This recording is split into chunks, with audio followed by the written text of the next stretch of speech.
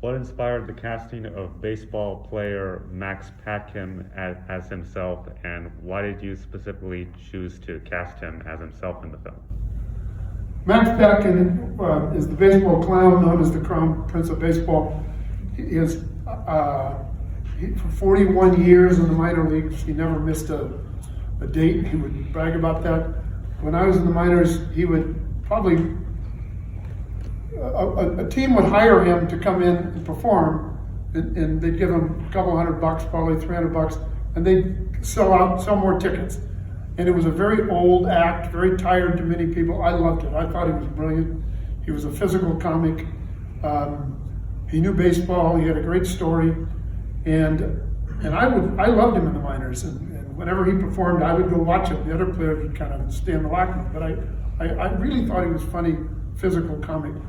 And he was aging, so it was starting to become a little sad, but also inspiring. And one time we were in Amarillo, where I made the mistake of, the thing about trying to get a rain out in Durham, that came from us. We flooded the field 2 or 3 times. Not because we weren't trying to be bad, we were trying to get a day off, because in the Texas League, they were letting no days off. Nobody wanted to make the All-Star team, because the All-Star day, there would be a 2-day break in the middle of it. Everyone's, thank God I didn't make the All-Star team. Because you have to fly to El Paso on your off day. So anyway, we pulled it off somewhere in Amarillo. And to show you how stupid I am, none of us thought about what a night off in Amarillo really looked like. There is less to do in Amarillo than any town I've ever been in, and I've been in a lot of them. Plus, there's a slaughterhouse behind the left field fence, and the wind blows in. I mean, so it was a night off in Amarillo, and I end up in the bar with Max Patkin. And I asked a few questions, and he just started talking. And he had the classic tragic story of a clown, He was a ballroom dance champion. I mean, he really was a brilliant, when he was younger, brilliant physical. He'd been a baseball player in the minors. And during the war, there was an exhibition game against the Navy team. And on the Navy team was Joe DiMaggio, who was allowed to just, unlike Ted Williams, who almost got killed in 2 wars, Joe DiMaggio just played exhibition games for the Navy.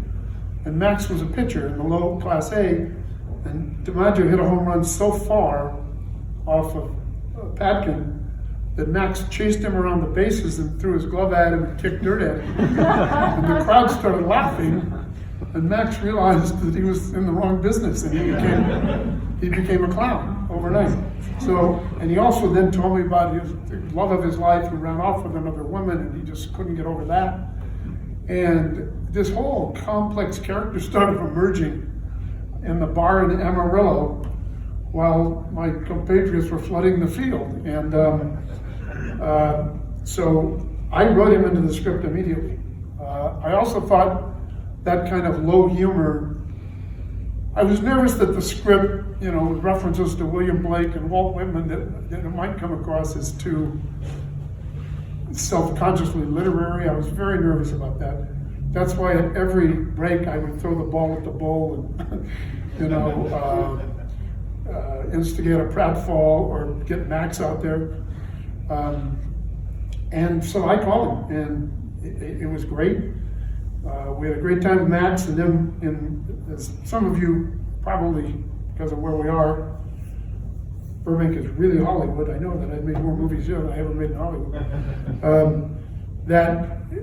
At the press junket, was at the Century Plaza Hotel, which was, that's where the president stayed in Century City, and it was next to where the studio, Orion Pictures was. And so a couple days before, they tell me that the presidential suite I can stay in during the 3-day press junket. And I said, I live in town. I don't need this. And marriage was on the rocks. What am I going to do in a presidential suite? And I said, give it to Max Patkin. Oh, nice. So, and Max hadn't been invited to the junket, at which point I thought, well, that's stupid. Max has got to be in the junket. So Max came out, he's from King of Prussia, Pennsylvania, which is, for those of you who remember Bob and Ray routines, they always had somebody from King of Prussia, Pennsylvania. Well, Max was from King of Prussia, Pennsylvania. And he comes out, he takes one look at the presidential suite, and he just starts bawling, and he says, can I call my brother and fly him out to state with me? So he brought, I think, Lloyd or something out. They lived the life for 3 days in the presidential suite, and that was one of the great rewards. Very, very good. Nice, thank you. Thank you very That much. was an easy applause. That was